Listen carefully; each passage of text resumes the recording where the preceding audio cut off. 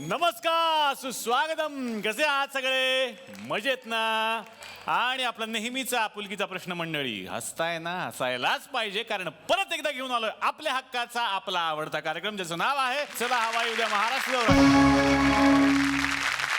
मंडळी, तुम्हाला एक गंमत मी सांगतो. आता गमती तर आम्ही पूर्ण एपिसोडभर करतच असतो, पण एक विशेष गंमत तुम्हाला सांगतो. तुम्ही कधी विचार केलाय का आपल्या आयुष्यामध्ये 3 या आकड्याला किती महत्व आहे, विशेष महत्व असतं? फॉर एक्झाम्पल रिक्षा, 3 चाकी रिक्षा आहे, 3 हा अंक तिथे आहे. आयुष्यामध्ये आपल्याला कुठलीही समस्या येऊ, आपण कुठल्याही अडचणीत असो, रिक्षा आपल्या कामी येते. जसं की आपली बस बंद पडली, रिक्षा कामी येते. गाडी बंद पडली, रिक्षा कामी येते. नवीन आपण प्रेमात पडलोय, रिक्षाच कामी येते. लक्षात तुमच्या? थोडक्यात काय, 3 अंक असलेली रिक्षा महत्त्वाची आहे. दिवसाच्या 24 तासामध्ये 3 वाजण्याची वेळ ही फार महत्त्वाची असते, कारण ती विश्रांतीची असते. बघा ना, पुण्यातल्या माणसांना तर पटलंच असेल, दुपारी 3ला काम शक्यच नाही आणि रात्री 3ला डबल पगार दिला तरी काम करणार नाही, हे तुम्हाला माहितीच आहे. 3 हा आकडा महत्त्वाचा आहे. आणि सध्या जगाशी कनेक्टेड राहण्यासाठी एक गोष्ट महत्त्वाची आहे, ती म्हणजे 3G. तुम्ही म्हणाल आता 4G आलंय की, पण आपल्याला परवडतंय कुठे? त्यामुळे परत एकदा महत्त्वाचं काय, 3Gच आहे. 3 हा आकडा महत्त्वाचा आहे. हे सांगण्याचं कारण असं की आज माझ्या या थुकरटवाडीमध्ये या मंचावरती सध्या रंगभूमीवर गाजत असलेल्या 3 सुपर डुपर हिट मराठी नाटकातल्या कलाकारांना या मंचावरती मी आमंत्रित करणार आहे. त्यामुळे आज असणार आहे 3 कदम. पहिलं नाटक आहे, जी शिकवण आम्ही रोजच या कार्यक्रमातून देत असतो, डोंट वरी बी हॅपी. जोरदार टाळ्यांनी या मंचावरती आमंत्रित करूयात डोंट वरी बी हॅपीच्या टीमला. उमेश कामत, स्पृहा जोशी आणि मिहीर राजदा.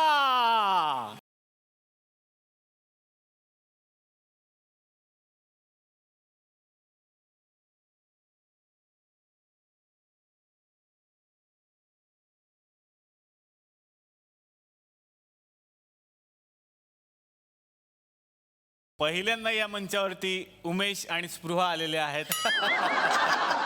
हा पहिला विरोध होता माझा.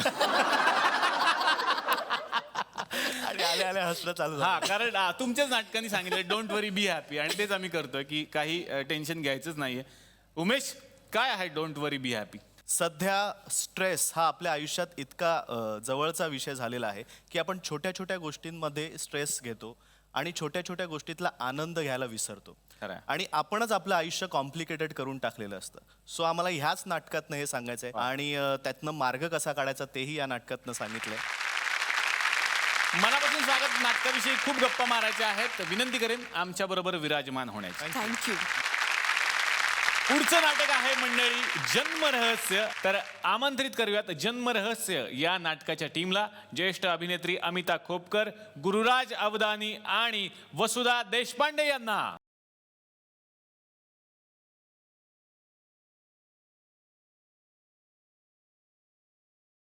अमिताजी, मनापासून स्वागत. आणि पुन्हा एकदा या मंचावरती मी तुम्हाला बघून मला खूप आनंद झालाय. खरं तर हो रे.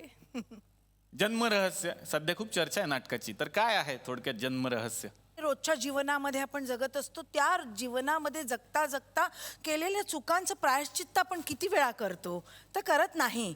तर त्या सगळ्या गोष्टी कशा आपण आपल्या आयुष्यामध्ये त्याचा विचार करून किंवा त्याचं कसं कसं जगायला हवं माणसाने ह्या काळामध्ये, ते हे नाटक बोलतं जास्त करून. वा वा वा, सगळ्यांचंच मनापासून स्वागत. नाटकातल्या भूमिकेविषयी सुद्धा चर्चा करायची आहे. विनंती करेन आमच्या बरोबर विराजमान होण्याची. आणि मंडळी, आता तिसरं जे नाटक आहे ते नाटक खरं तर ज्यांना आता या मंचावरती आमंत्रित करणार आहोत त्यांचे आपण सगळेजण फॅन आहोतच. त्या आहेत खरं तर 16 वर्षाच्या, तरी पण त्या आजीबाईंचा रोल या नाटकात का करतायत हे मला कळलेलं नाहीये. त्या आल्यानंतरच मी त्यांना हा प्रश्न विचारणार आहे. नाटक आहे लंडनच्या आजीबाई. अतिशय मनापासून या मंचावरती आमंत्रित करूयात ज्येष्ठ अभिनेत्री उषा नाडकर्णी आणि वेदांगी कुलकर्णी यांना.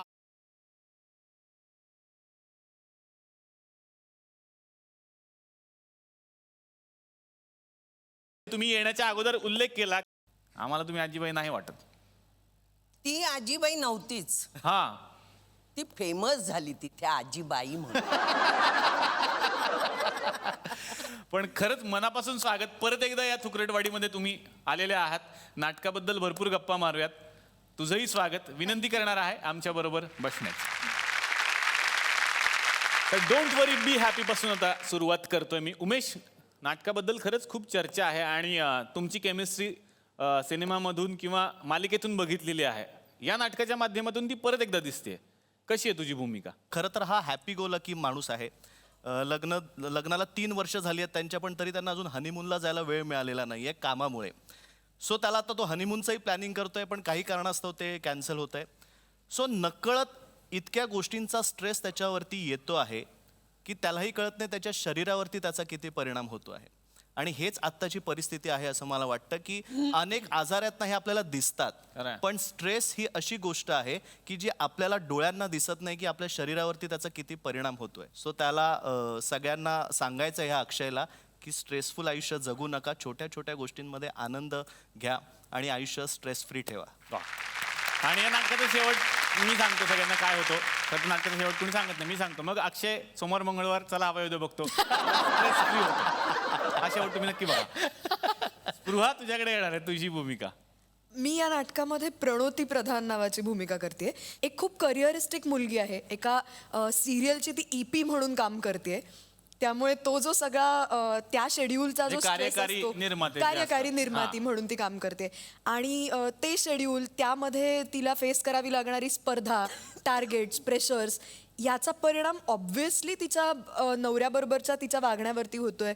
सो तिचा तो सगळा अख्खा स्ट्रगल आहे. आणि त्यामध्ये मग ते दोघं, अक्षय आणि प्रणोती, मिळून खरंच एक डोंट वरी बी हॅपी एकमेकांना सांगतात का, किंवा तशा पद्धतीने ते काही सोल्युशन फाइंड करू शकतात का, हे आमचं नाटक आहे. वा. मिहीर, तुमच्याकडे येणार आहे. तुम्ही लेखक पण आहात या नाटकाचे आणि अभिनय सुद्धा करताय या नाटकात. मी एक गुजराती कॅरेक्टर करतो यात, हो. जो शेअर मार्केटचाच लँग्वेजचे मेटाफर्स आणि सिमिलीज यूज करतो, जो यांचा एक कॉमन फ्रेंड आहे. आणि बिकॉज त्यांचा कॉमन फ्रेंड आहे मी, आणि तो एक वेल विशर आहे त्यांचा, आणि बिकॉज सतत त्यांचे जे काही भांडण आहेत त्यात हा कसा अडकतो, हा कसा बिचारा होतो, आणि यांच्या स्ट्रेसमुळे मी कसा स्ट्रेसफुल होतो, असं तो नाटक आहे. गुजराती माणूस स्ट्रेसफुल होतो हे विशेष अभिनय. अहो, विशेष अभिनय त्यांना करावा लागला असेल. मी कधी बघितलंच नाही त्यांना. सतत सण स्ट्रेसमध्ये असते. विशेष मेहनत आहे. यासाठी तुम्हाला नॉमिनेशन नक्की मिळेल अभिनय. फुकरेटवाडीचं रूप पालटलं तुम्ही बघत असाल. फुकरेटवाडी पूर्वी होती त्यापेक्षा थोडी आता वेगळी केलेली आहे. कारण तिकडे स्मार्ट सिटी झालेली आहे. ही आमची ऑलरेडी स्मार्ट सिटी आहे. त्यामुळे हे स्मार्ट सिटीमध्ये आमची निवड झाली असं म्हणायला हरकत नाही. आणि इकडे लोक आले की आमच्या वाडीतले लोक सुद्धा खूप उत्साही असतात काहीतरी करण्यासाठी. पण बरं आहे आहा, रोका जाओ. आहा, हम अंग्रेज के जमाने के जेलर हैं.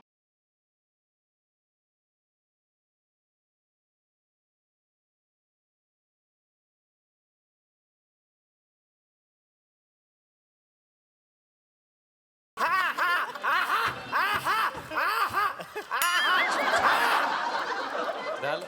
अच्छा, इसमें हंसने की कौन सी बात है? हाँ? हम अंग्रेज के जमाने के जेलर हैं. आहा, अच्छा, त्या जमान्यातले तुम्ही आहा. मग या जमान्यात कशाला आलाय? अरे छोड़ो.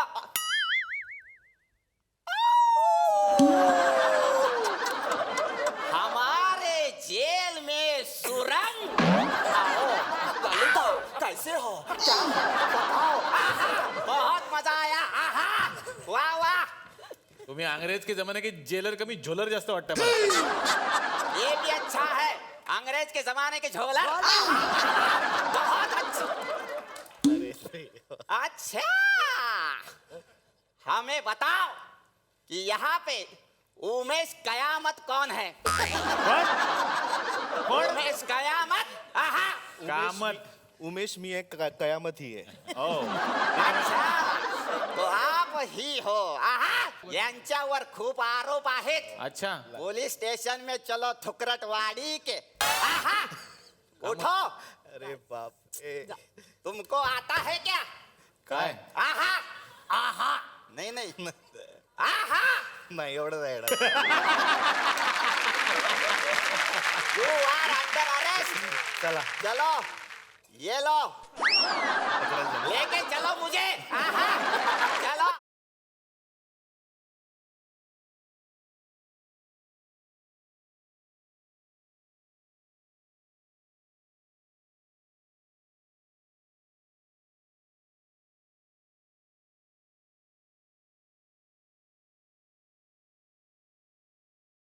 आराम से बैठना। कुछ खाना है? नाही नको. आहा, ठीक है। अरे यहाँ के कैदी किधर गए? आहा, अरे सब कुछ तो है हमारे पास। ये टेबल है, कुर्सी है, सिर्फ कैदी ही नहीं है। आहा, हमारे जेल में वागोबा।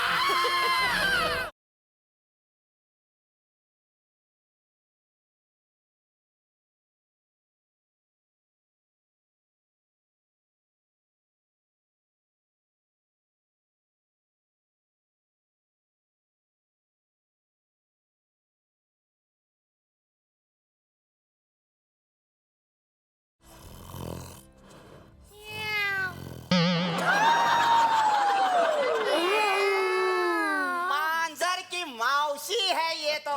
आजा बेटा, आजा। आहा, अरे बाहर आजा। क्या ऐका कर रहा ऐका है? ऐका हो काका, तुम्ही एवढ्या प्रेमानं बाहेर नका काढू. मांजराचा आवाज त्याने नाही काढला, हा? त्यानं मगाशी मांजर गिळलंय.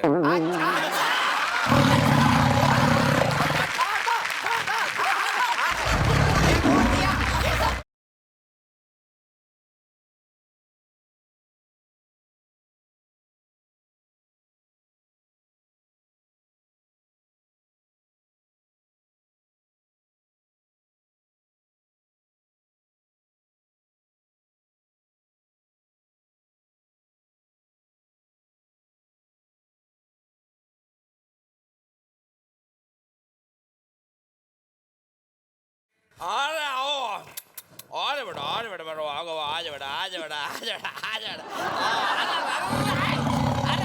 वागोबा।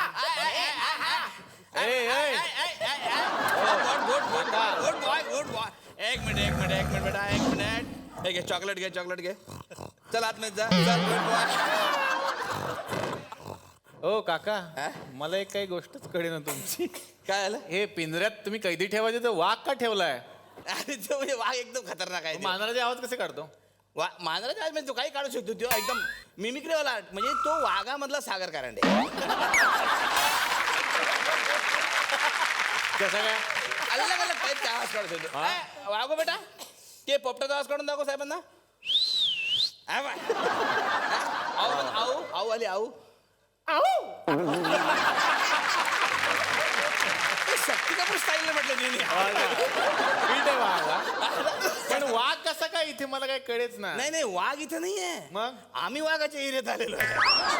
म्हणजे कसं झालं, नवीन पोलीस स्टेशन बांधायचं होतं, तर आम्ही कॉन्ट्रॅक्टरला म्हटलं का एकदम काय कर तू की झू एरियामध्ये तू नवीन पोलीस स्टेशन बांध. जुहूमध्ये. त्यानं बरोबर ऐकलं नाही, त्यानं झू मध्ये बांधलं. आता आवतीभोवती सगळे प्राणी आहेत. अरे बापरे, उमेश कामत साहेब तुम्हाला धरून आणलंय. वा वा वा. नाही बरं झालं मग तुम्हाला धरून आणलंय. ऍक्च्युली मी तुम्हाला धरून आणणारच होतो. काय झालं, हल्ली म्हणजे तुमच्या दुकानातून इडल्या आमच्याकडे येत नाही. तुम्ही नाश्त्याला पाठवत जा. काय आहे ना आरोप? काय यांच्यावर काय आरोप केले तुम्ही? तुमच्यावर पहिला आरोप असा आहे का लग्नानंतर तुम्ही बदलले आहात. म्हणजे पूर्वी तुम्ही घरात काही काम करत नव्हते.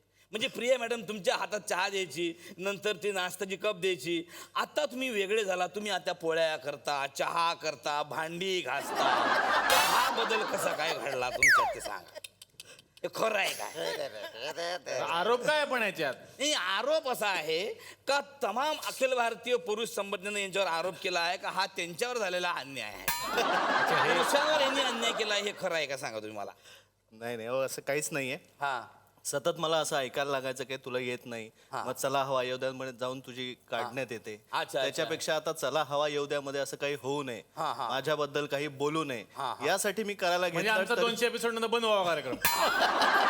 म्हणजे असं झालं ना. हा. अरे नाही रे, म्हणजे दुसऱ्यांना घ्यावं. पण तरी आता मी चांगलं वागायला लागलो तरी तुम्ही मला पोलीस स्टेशनला घेऊन आलात.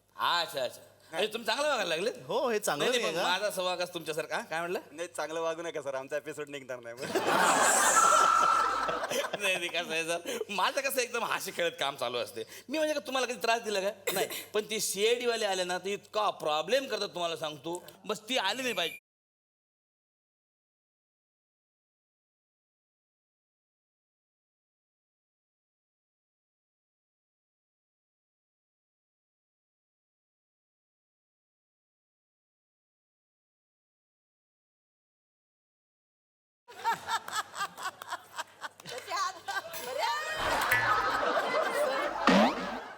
हा नमस्कार सर. अरे कोण आहेत? वैभव मांगले. बरं वाटलं पुरुष वेशात बघून.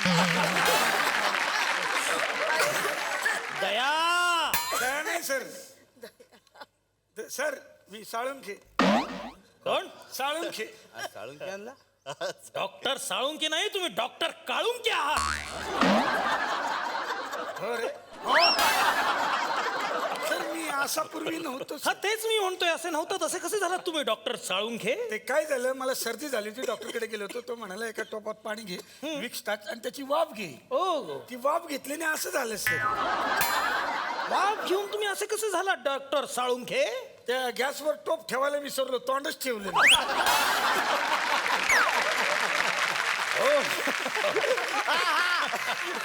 You are carbon dioxide doctor Salunkhe. ते कार्बन डायऑक्साईड गेला असेल ना आतमध्ये. हा, गेलं. ओ माय मायची कटकट ह्याच्या.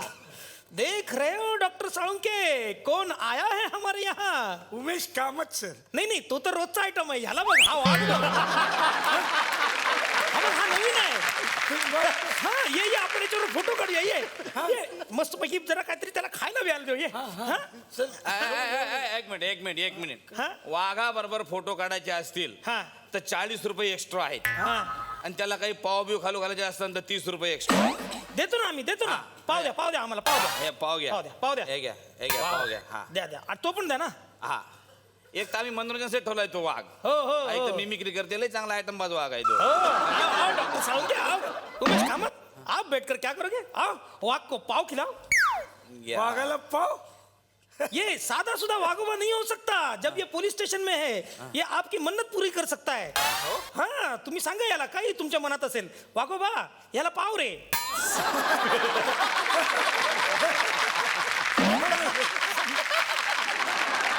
या इथे.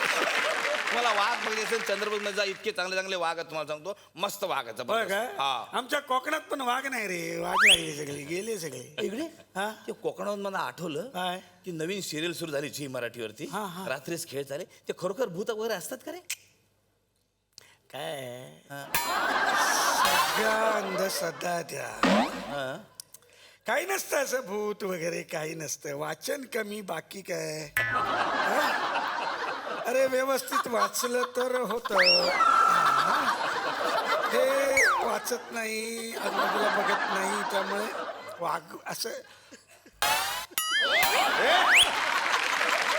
भूत वगैरे काही नसतं. हे मी सायंटिफिकली प्रूव्ह करू शकतो. भूत नसतं, कळलं? माय गॉड. अरे लाज लावा ना, बोलला म्हणजे लगेच घालवायला पाहिजे का? काळजी करू नका डॉक्टर साळुंके. डॉक्टर साळुंके, काळजी करण्यासारखं काही नसतं, लक्षात घ्या.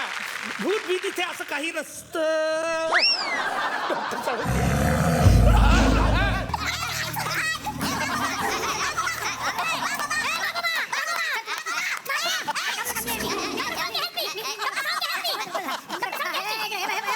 आपण कमी आहे sir. Yes, doctor Salunke. Yes, doctor Salunke. Congratulations. हा कॉन्ग्रेस म्हणजे You have done it. त्यांना. Yes. वा sir, thank you sir. Yes, doctor Salunke. Yes. Doctor Salunke. Doctor Salunke. Sir अहो काय केलं ते? डॉक्टर साळुंके.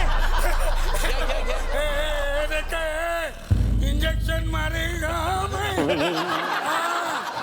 मारू इंजेक्शन. घाबरते. मारू इंजेक्शन. हा बघा इंजेक्शन मोठं मारे. मारत.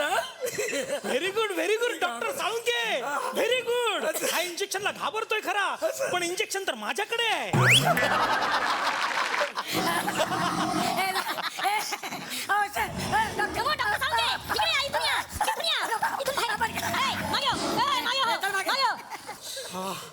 Very good doctor Salunke.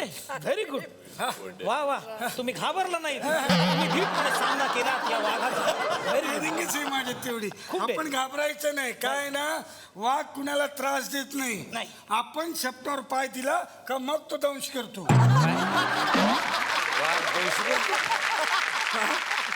काय चालू आहे हा? कस काय इकडे सांगा आधी पहिले पटकान. हा तर काय केस आहे मिस्टर उमेश कामत यांच्यावरती? काय आरोप अरे केले? केस नाही, केसेस आहेत त्यांच्यावर अनेक. सगळे पुरुष त्यांच्यावरती भडकलेले आहे. ते घरात सगळे कामं करतात, भांडी घासतात, स्वयंपाक करतात, पोळ्या करतात, चहा करतात, असं त्यांच्यावरती आरोप आहे. ओ माय गॉड, याचा अर्थ माहितीये तुम्हाला डॉक्टर साळुंके? हो माहितीये ना. काय? अरे माझ्या देवा, ओ माय गॉड.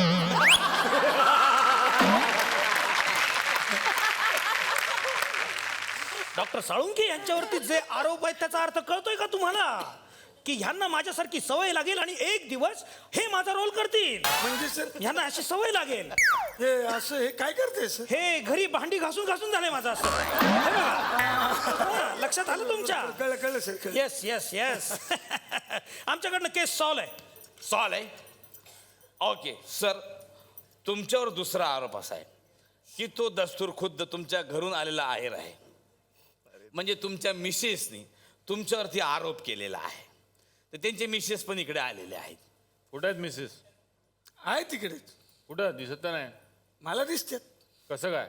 मी तो शोध लावलाय गायब व्हायचा.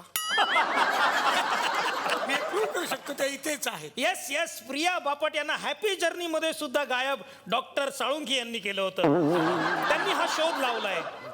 प्रियाजी इथे आलेले आहेत. कुठे आहेत पण? Hello Priya. Hello doctor Salunkhe. वा वा वा, खूप छान वाटलं सगळ्यांना भेटून, मस्त वाटलं. आणि यांना बघितलंस का? हे कोण आहेत ते? ओह, उमेश पण आहे का इकडे? येस. तुम्ही त्याला आणलं. खरं सांगू का, फार बरं झालं त्याला पकडलं. कोणीतरी हे करायची गरज होतीच. Yes, I am very grateful. Thank you so much. बरं काही चहा कॉफी घेशील का काही? नाही, मला चहा कॉफी काही नको. मला अगं काहीतरी. फक्त पाणी द्या. अच्छा ठीक. ओके, पाणी पाणी. येस, पाणी. डॉक्टर साळुंके. हा, हे घे घे.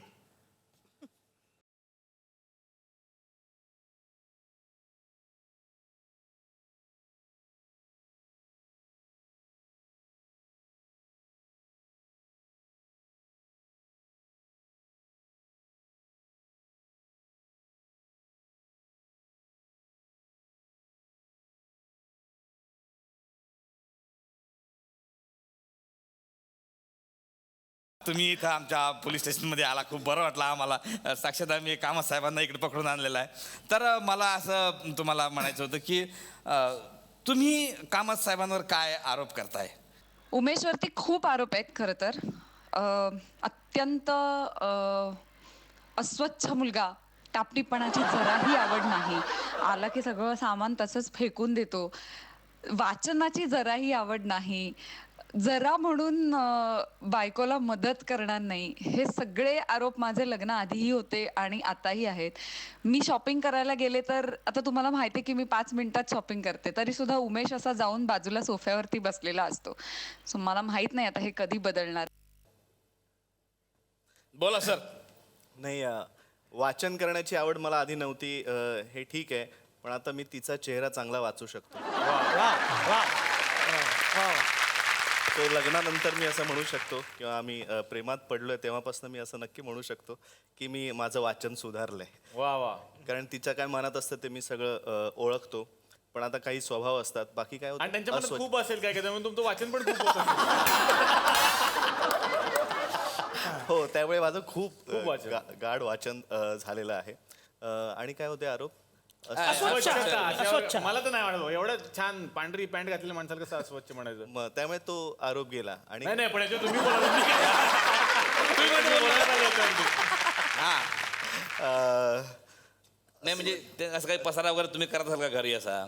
नाही, तुम्ही एकदा घरी येऊन बघा. आमच्या घरी कधीच तुम्हाला पसारा दिसणार नाही, कारण ती सगळं आवरते. त्यामुळे कधीच आमच्या घरी पसारा नसतो. असं मला खूपदा वाटतं की मी कुठल्या तरी हॉटेलच्या रूम मध्ये राहतोय. इतकं स्वच्छ असतं चेक आमचं. करा एकदा हॉटेलची रूम असेल. म्हणजे तुम्ही नसला का रेंटवर देता का ते?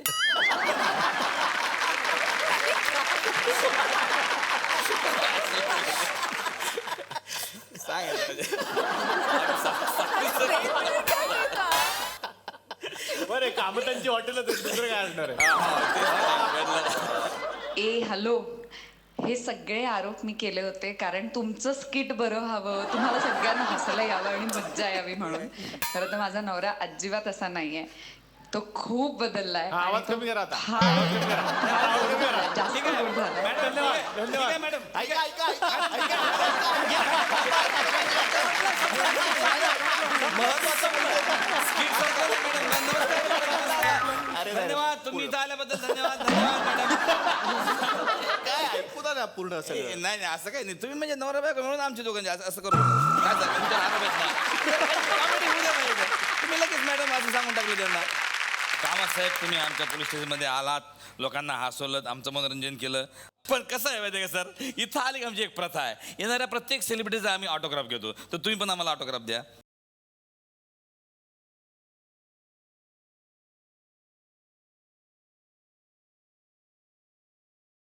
आता बघूयात डोंट वरी बी हॅपी या नाटकातला एक प्रसंग. स्नफ आपला कुत्रा, त्याचं काय केलंस? त्याचं काय, मी मिस्टर गोखलेंना दिलं. मी तुला त्या दिवशी फोटो दाखवले ना. दिला नाहीयेस तू, विकलायस. तोही OLX वर.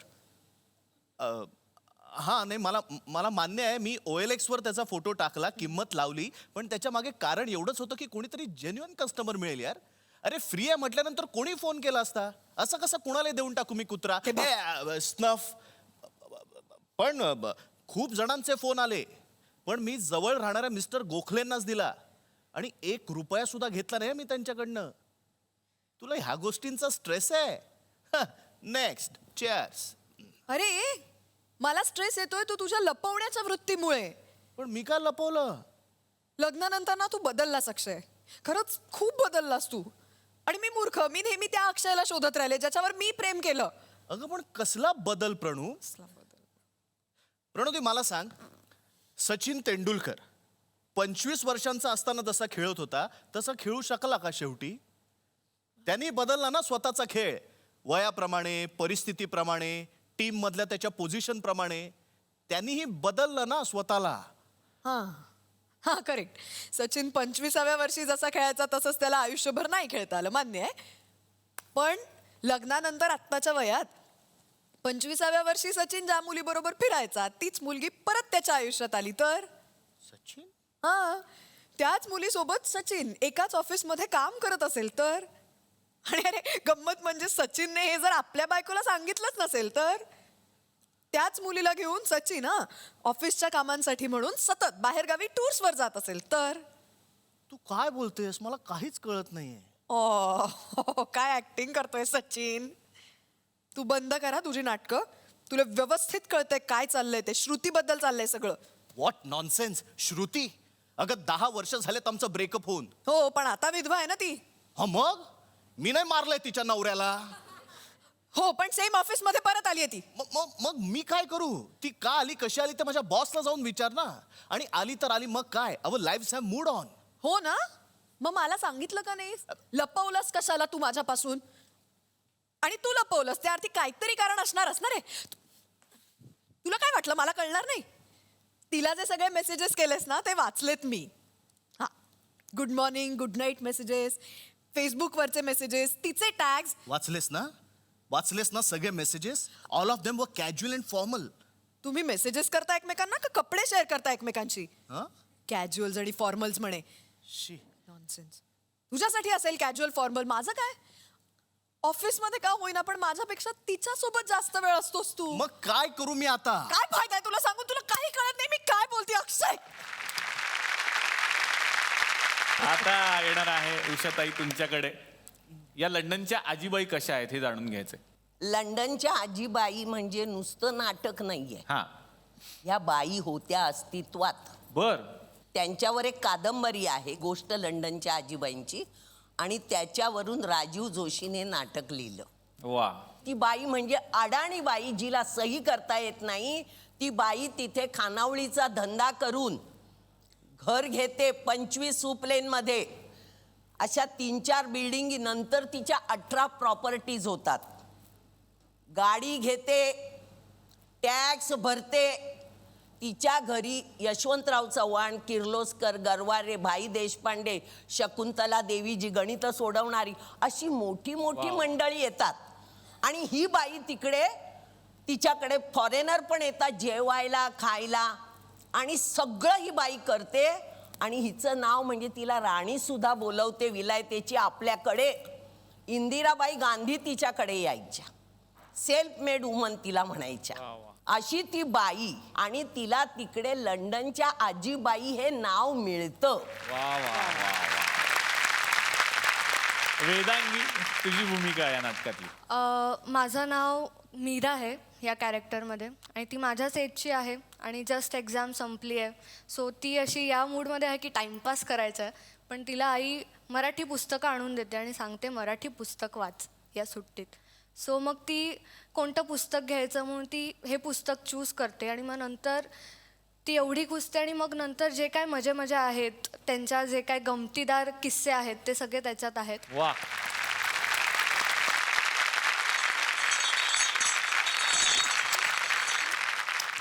अरे देवा, काय ग पोरीनं तुमची दशा झालीये. ती म्हातारी तुम्हाला भाकर तुकडा देत नव्हती का ग? मरू दे, मला वाटलं नव्हतं मी मरस्तवर तुम्हाला बघते का नाही ती. चला मरू, आपण माझ्या घरला जाऊ. आपण आता थिरी, तुम्ही दोघे, मी, आपली फॅमिली. चला चला चला घरला, चला चला चला चला. चल चल चल. हे बघ, टॉप 10 मध्ये बसायचं. अगं टब नाही का ट्यूब. हा काय ते हा. आणि इथं बसलं की कागद घ्यायचा, पेन्सिल घ्यायची, एक लाईन मारायची, एक स्टेशन, दुसरी लाईन दुसरं स्टेशन, अशी 10 स्टेशन गेली का आपलं रशेल मार्केट आलं. हा गोरा का बघतोय? Going to market, very cheap. हा तो तिकडं उठून गेला. काय रमेल्या तिथं उठून गेला. माझी नजर लागती का काय काळीची? गोऱ्या रंगावर नाटक नको करूसा. आतला रंग गोरा पाहिजे. आमच्या संतांनी सांगितलंय, संत म्हणजे शेंट. या मेल्याला कशाला सांगते मी, मर्दे मेल्याला. आला आला रशील मार्केट. चल चल चल चल चल चल चल चल चल चल. हा हे बघ, रशेल मार्केट केवढं मोठं आहे. बघून घे, समजे माझ्या ओळखीचे आहेत. अरे देवड्या, डाटर घे 10 शेर कांदे, 10 शेर बटाटे. शेर नाही पाऊंड. हा pound. Give me 10 pound onion potato. तुला कांदे बटाटे सांगितले, तू अनियन पटॅटो काय बोलती? अगं तेच असतं ते. सारी पोर माझ्या घेतले. तुझ्या बापाचं दुकान आहे, पैसे कोण दिली आणि परत कोण गेली? हिसाब केला? सारी घेतले. हा तो बघ श्याम्या मला मदर म्हणतोय. ग्रेनवाला. अरे श्याम्या, डाटर, लहानगी डाटर. हा घे त्याच्याकडे. ग्रेन देतो, ग्रेन. अगं घेते ना. हा ये मेल्या 1.25 शेर जास्ती टाक. पाऊंड. हा सारी विसरते ग. अमिताजी, आता तुमच्याकडे येतो. जन्म रहस्य काय आहे हे थोडक्यात सुरुवातीला तुम्ही सांगितलं. आता तुमच्या भूमिकेबद्दल जाणून घ्यायचंय. ह्या नाटकामध्ये मी एका स्क्रिझोफेनिया झालेल्या पेशंटची भूमिका करते. स्क्रिझोफेनिया झालेल्या माणसाला ना ऐकू येतं, सारखं कोणीतरी त्यांच्याशी बोलत असतं आणि संशय हा त्यांचा एक सगळ्यात मोठा हे असतो. त्यांना सतत असं वाटत असतं की समोरचा माणूस तुम्हाला येऊन मारणारच आहे. अशी सतत इन्सिक्युरिटीची भूमिका भावना त्यांना असते. ही कॅरेक्टर माझी आहे. वसुधाजी, तुमच्या भूमिकेविषयी काय सांगाल? या नाटकात मी अमिताच्या धाकट्या बहिणीची भूमिका करते, इन्नी मावशी. अच्छा. तर ही मुख्याध्यापिका असते, पण हिने लग्न केलेलं नसतं आणि हिने आपलं संपूर्ण आयुष्य म्हणजे अगदी लहानपणापासून ते आपल्या बहिणीच्या संसारासाठी आणि तिचा संसार सावरण्यासाठी आणि तिचा तोल सावरण्यासाठी म्हणून संपूर्ण आयुष्य तिने ते वेचलेलं असतं. अशी माणसं क्वचित असतात आणि क्वचित भेटतात. गुरुराज सर, तुमची भूमिका. अशी सिझोफ्रेनिक पेशंट असलेली अमिता अशा स्त्रीशी त्यानं लग्न केलं आणि एका क्षणी कळतं की त्याला ही सिझोफ्रेनिक आहे आणि त्या तो समूळ हादरतो. पण जितका हादरतो तितकाच तो जमिनीवर उभा राहतो. ते 2 छान मुलं आहेत, त्यांना तो पार्टनर्स आहेत म्हणतो माझे, आणि हिला संपूर्णपणे प्रोग्राम करून तो तिच्या आयुष्यात तिला सांभाळून नेतो की तिला त्यांनी प्रोग्राम केलेला आहे, त्यावेळेला ती असं करायचं, ती आठवते, असा प्रसंग आला की काय करायचं, ह्यांनी काय सांगितलेलं आहे. एक फार चांगला शब्द डॉक्टर नाडकर्णींनी या निमित्तानं दिला. असं करणाऱ्या माणसाला आपण युजली काय म्हणतो, केअरटेकर म्हणतो, जे काळजी. पण डॉक्टर नाडकर्णींनी शब्द दिला तो केअर गिव्हर हा शब्द दिलेला आहे. अशी केअर गिव्हरची भूमिका हा करतो.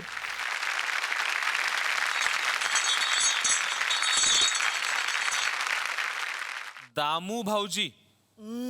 कोण आहेत हे दामू भाऊजी? आहेत एक. म्हटलं तर जवळचे, म्हटलं तर लांबचे.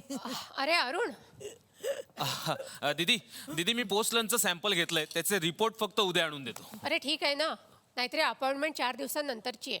बरं गीता कशी आहे? गीता गीता कोण? गीता कोण? गीता कोण? गीता कोण? त्याची बायको. काय आजार काय झालाय तिला? हे ग पैलटकरण आहे. हो. हो, मग सध्या राहते कुठे? सध्या माहेरी असते तिच्या आई वडिलांकडे. नाही, मग रोज रात्री तू तिकडे झोपायला जात जा. बर. लांब राहू नकोस. हो. अरे बायका सांगत नाहीत, बोलून दाखवत नाहीत, पण त्यांना गरज असते नवऱ्या बरोबर असण्याची. हो, तो काळजी घेतोय तिची. अरुण, तू निघालास तरी चालेल.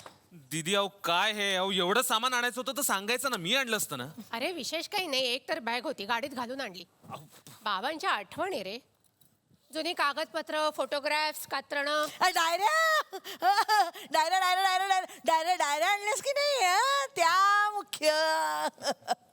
बरं का रे अरुण, लोक हिशोबाच्या वह्या लिहितात ना, त्या डायऱ्यांना आमचे हे आरसा असं म्हणतात.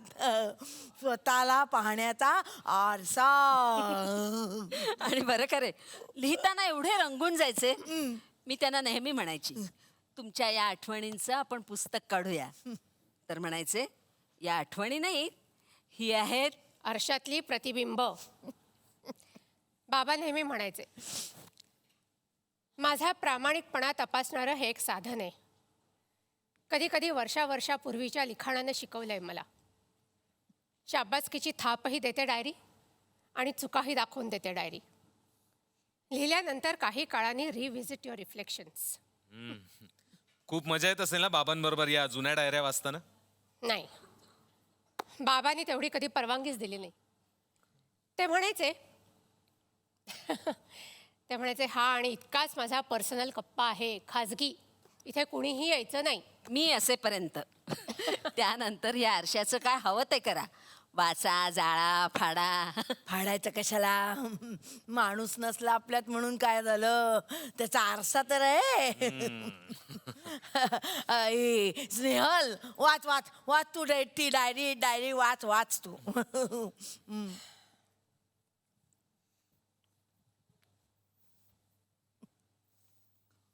तुम्हाला गोष्टी सांगून झाल्यानंतर मनूकडे झोपायला जायच्या आधी काय म्हणायचं ते आठवतंय का टिमके तुला?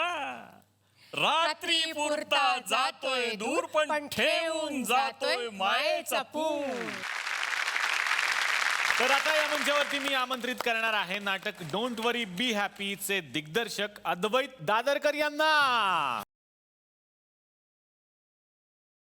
यानंतर आपण आमंत्रित करूयात लंडनच्या आजीबाई या नाटकाचे दिग्दर्शक संतोष वेरुळकर यांना. जन्म रहस्य या नाटकाचे दिग्दर्शक आहेत कुमार सोहोनी, पण आज ते इथे उपस्थित नाहीये, त्यांच्यासाठी एकदा जोरदार टाळ्या. यानंतर निर्मात्यांना आपण या मंचावरती आमंत्रित करणार आहोत. सुरुवातीला मी आमंत्रित करतो जन्म रहस्य या नाटकाच्या निर्मात्या अभिनेत्री भाग्यश्री देसाई यांना. यानंतर मी आमंत्रित करतो लंडनच्या आजीबाई या नाटकाचे निर्माते रवींद्र ढवळे आणि सुभाष सराफ यांना.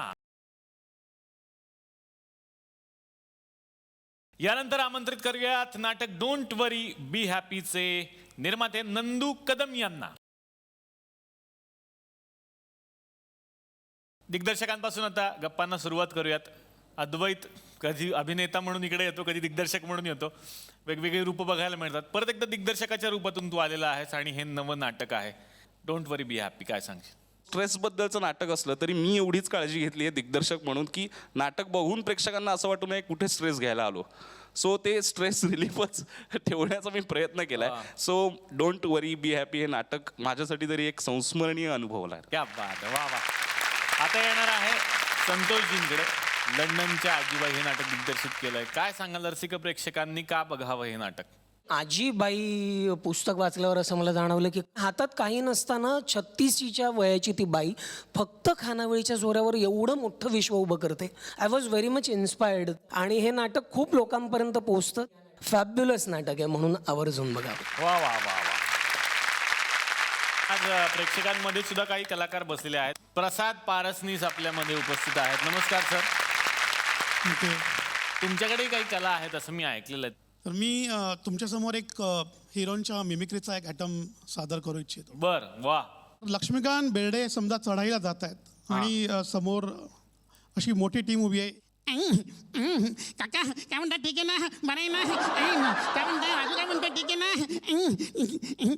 आणि बापरे तीन का मस्करी काड्या टाकल्या. बापरे कसं खेळायचं? कबड्डी कबड्डी कबड्डी. वा वा. Thank you so much. जोरदार टाळ्या त्यांच्यासाठी. आता मी येणार आहे निर्मात्यांकडे. निर्मात्या भाग्यश्री देसाई. जन्मरहस्य या नाटकाची निर्मिती तुम्ही केलेली आहे. काय सांगाल या नाटकाबद्दल? मला असं वाटतं हे नाटक ह्या वर्षातलं एक महत्त्वाचं नाटक ठरावं, कारण लोकांपर्यंत असा विषय पोचणं फार गरजेचं आहे असं मला वाटतं. वा वा वा.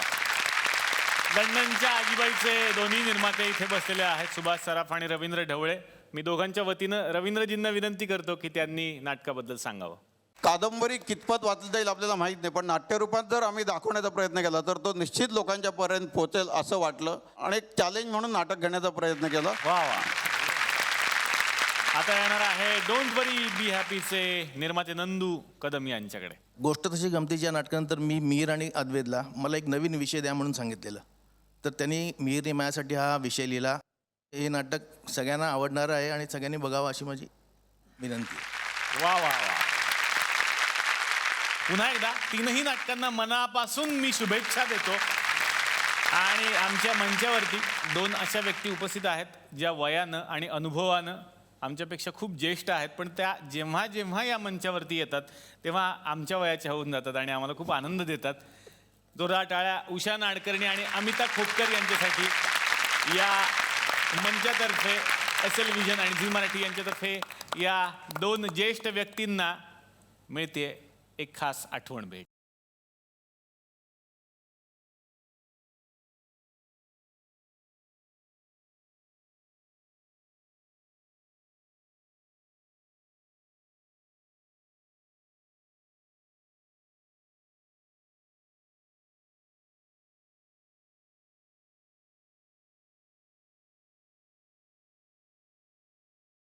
तर मंडळी, परत भेटूयात नवीन विषयासह, नवीन पाहुण्यांसह याच थुकरटवाडीत. बघायला विसरू नका. चला हवा येऊ द्या महाराष्ट्र दौरा.